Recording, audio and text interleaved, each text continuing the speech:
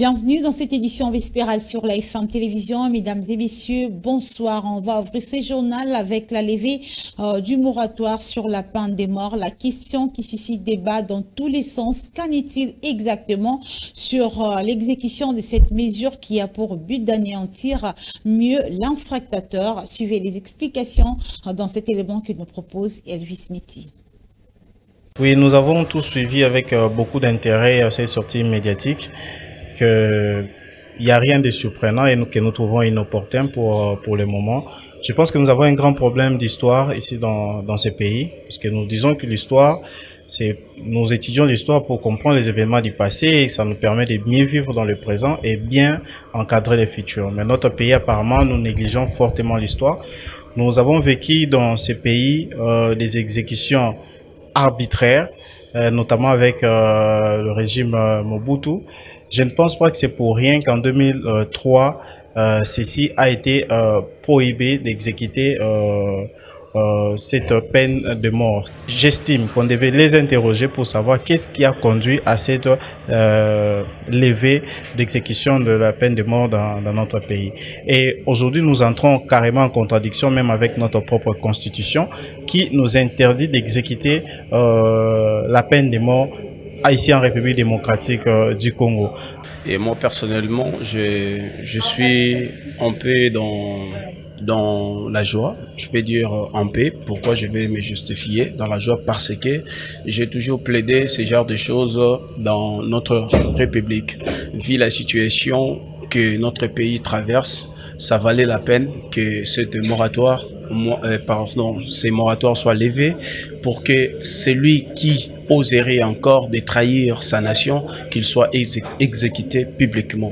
C'est quelque chose que moi personnellement je souhaitais depuis, en voyant ce qui se passe dans notre pays, ça valait vraiment la peine. Et on va parler à présent du procès Modéron-Timba, un procès initialement prévu pour ce vendredi 22 mars 2024 a été renvoyé au mercredi 27 mars prochain pour cause le remplacement de 2 juges récusés par la défense. Sachez que le parquet près la Cour de cassation poursuit Modéron-Timba pour propagation de faux bruits et imputation dommageable suite à un audio controversé lui attribué contenant des discussions sur plusieurs sujets dont la mort de l'ancien ministre du Transport Chérubin Okende. Entre-temps, Modéron-Timba continue à passer des nuits à la prison centrale de Makala. Nous y reviendrons dans notre édition de demain. Autre chose à présent, la Commission nationale des droits de l'homme RDC et les bureaux conjoints des Nations Unies pour les droits de l'homme avec l'appui du réseau des institutions nationales africaines des droits de l'homme et des associations francophones des commissions des droits de l'homme ont participé hier jeudi à un webinaire de partage d'expériences pratiques pour la consolidation de la culture des droits de l'homme sur leur pays respectifs. C'était au siège de la MONUSCO à Kinshasa. Reportage. Ces assises tenues à l'intention de toutes les institutions nationales des droits de l'homme et autres associations francophones des commissions des droits de l'homme relèvent d'une importance capitale car ils ont permis aux participants de palper du doigt les réalités des différentes cultures dans la promotion des droits de l'homme. La vice-présidente de la CNDH, Joël Mbamba Kona, qui a également pris part à cette conférence débat où elle a eu à présenter son institution citoyenne, est revenue sur son exposé sur les récentes expériences vécues et leçons apprises dans l'observance des élections. Également, celles apprises dans la coopération avec les mécanismes et autres relations avec l'État. Nous avons eu donc à suivre le processus électoral en RDC depuis son début à travers l'identification et l'enrôlement des électeurs sur toute l'étendue du pays. Le processus est en cours. Nous avons les sénatoriales, les gouverneurs. Pour le président de la Commission nationale des droits de l'homme, Paul Sapoumoukulu, qui a ouvert et clôturé officiellement ces assises, cette réunion a permis d'avoir une idée sur les fonctionnements et défis des institutions nationales des droits de l'homme, ainsi que d'autres points qui fâchent en matière de la promotion des droits de l'homme. Les débats ouverts ici nous ont permis de comprendre les divers dysfonctionnements leur cause et comment y remédier. La question de réaccréditation des INDH demeure un enjeu idéal et de taille dans la capitalisation des efforts déjà fournis et à fournir. La CNDH RDC ne ménagera aucun effort pour capitaliser les acquis de cette réunion de partage d'expérience et pérenniser tous les efforts existants en vue de mieux promouvoir et protéger les droits humains en Afrique. Le patron de la CNDH a en outre indiqué que le débat a également permis de comprendre les divers dysfonctionnements ainsi que relever leurs causes pour penser à comment y remédier. La question d'accréditation des institutions nationales des droits de l'homme demeure un enjeu idéal et de taille dans la capitalisation des efforts déjà entrepris et à fournir, a relevé le président de la Commission nationale des droits de l'homme, Paul Sapoumoukulu. Il en ressort donc des points d'amélioration en vue de rendre ces différentes coopérations efficaces et efficientes, car aucune INDH africaine ne peut s'en passer.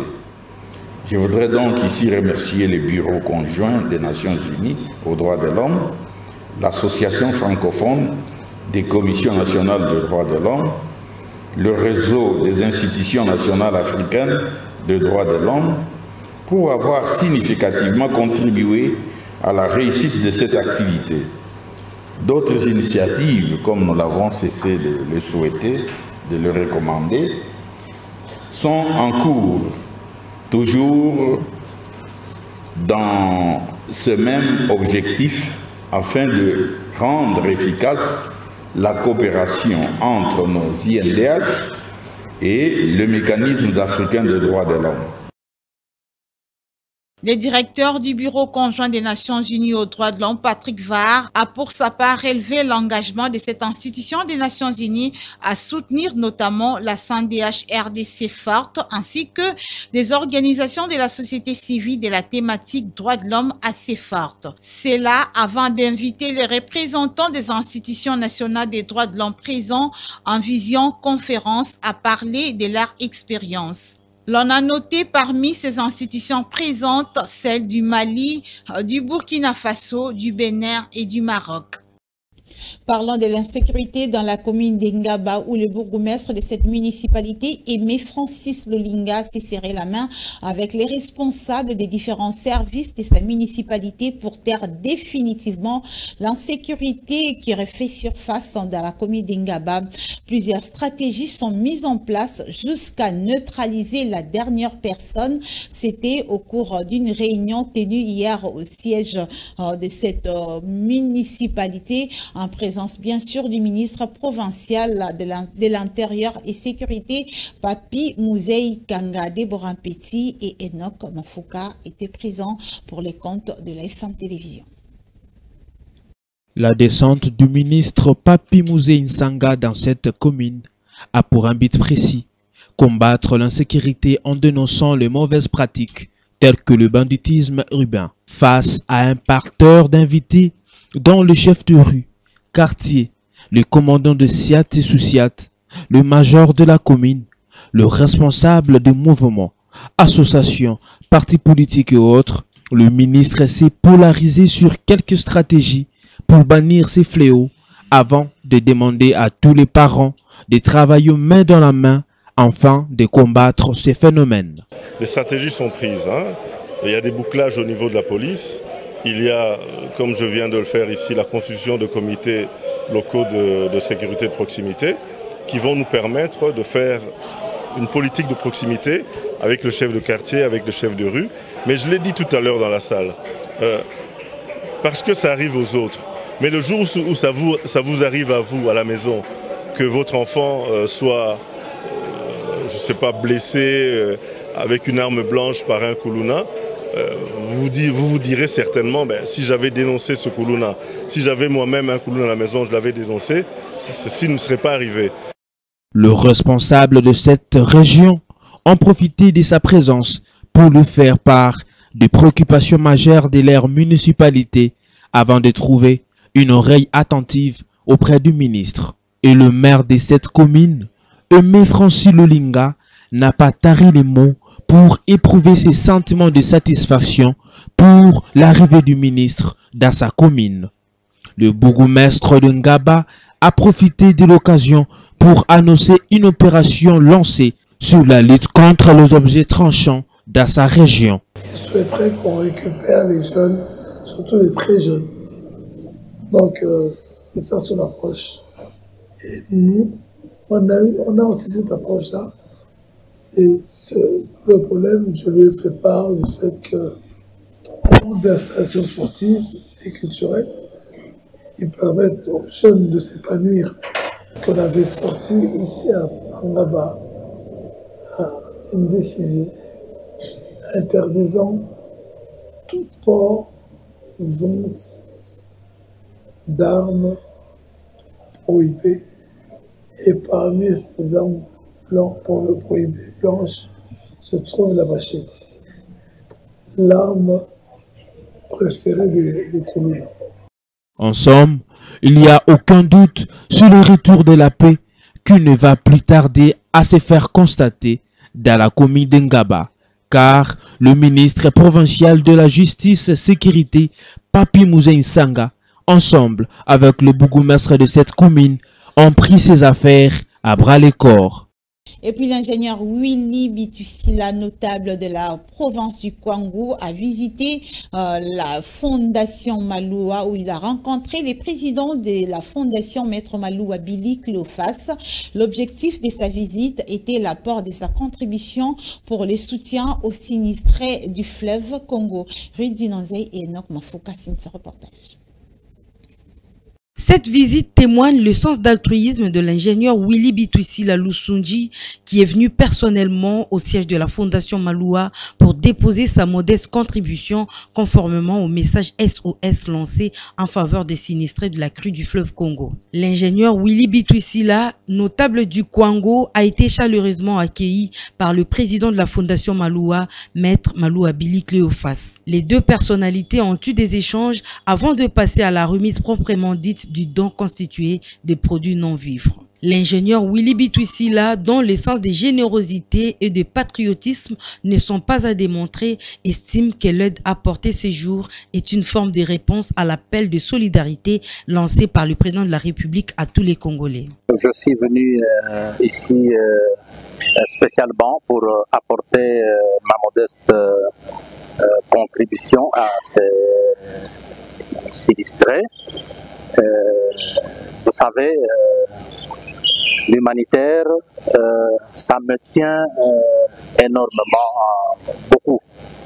Et cela, d'autant plus que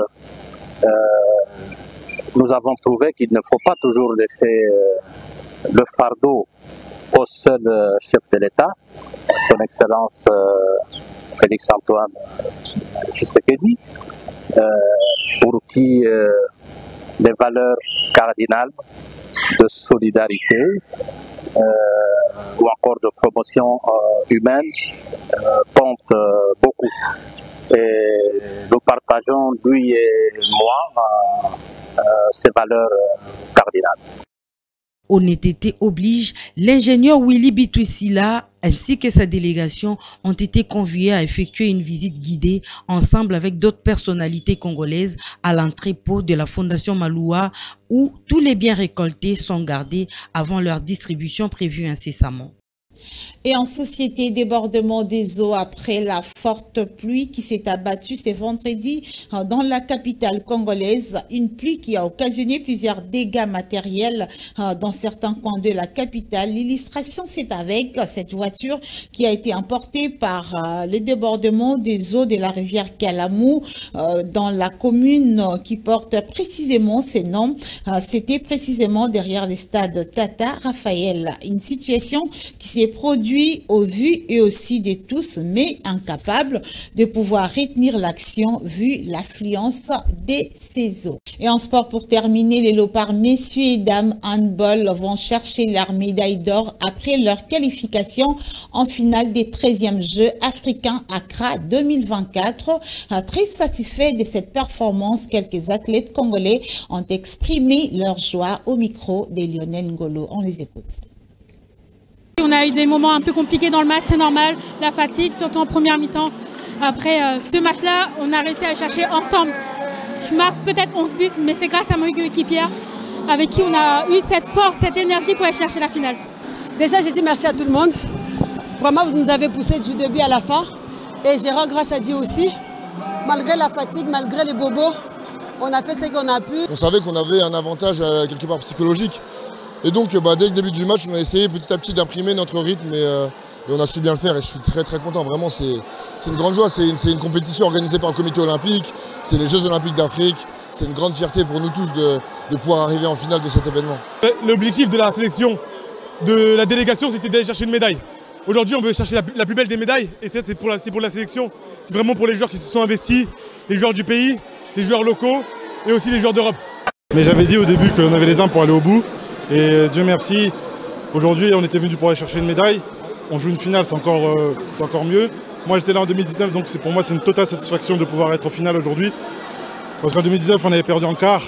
Et voilà, mesdames et messieurs, c'est par cette note sportive que nous bouclons cette édition du journal réalisée par Don Benjamin Makola et Junior Santos. Merci à vous de l'avoir suivi et on se retrouve prochainement pour un autre numéro. D'ici là, portez-vous bien en compagnie de la FM Télévision car vous ne serez jamais déçus.